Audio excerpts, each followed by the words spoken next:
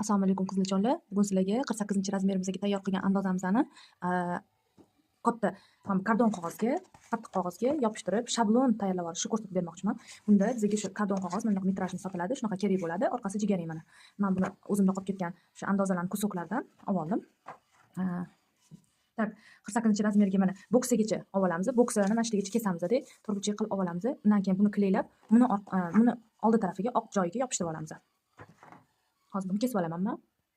Mana qog'ozimizning atroflarini kesib oldim, kerak joylarini. Endi hozir kartonga yopishtiramiz. Uning uchun orqasini yaxshilab kley qilib surtamiz.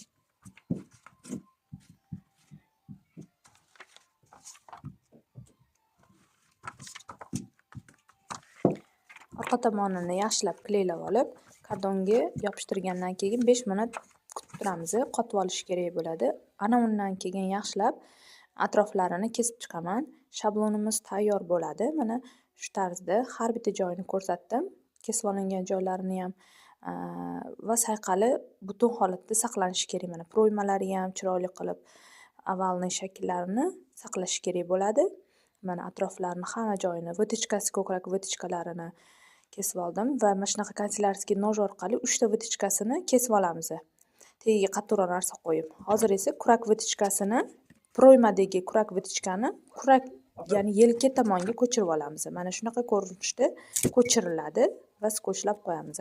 Mana tayyor bo'ldi andozamiz. Endi esa 48-razmer, ya'ni rost 164 ga tayyor bo'ldi. Abxat grudi 96 deb yozib qo'yamiz.